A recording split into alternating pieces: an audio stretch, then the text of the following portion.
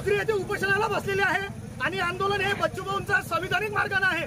त्या समानार्थ भीम ब्रिगेड महाराष्ट्र संघटनेचा आम्ही त्यांना पाठिंबा म्हणून आज मोठ्या प्रमाणात इथे आंदोलन करत आहे आणि जोपर्यंत आज तिथे काल बावनकुळे साहेब आले पण त्यांनी या आंदोलनाचा निर्णय घेतला नाही, म्हणून आज भीम ब्रिगेड महाराष्ट्र संघटनेने हा पवित्रा उचललेला आहे की जोपर्यंत शेतकऱ्यांना न्याय मिळत नाही आणि जोपर्यंत अपंग बांधव असतील, महिला विधवा महिला असतील, यांना मानधन 6,000 ते 7,000 होत नाही तोपर्यंत आम्ही या ठिकाणी हटणार नाही। आणि देवेंद्र भाऊ फडणवीस यांनी तात्काळ आज मुख्यमंत्री यांनी आज तात्काळ बच्चूभाऊ यांच्या पेंडॉलला भेट द्यावी, अन्यथा आम्ही या ठिकाणी उठणार नाही।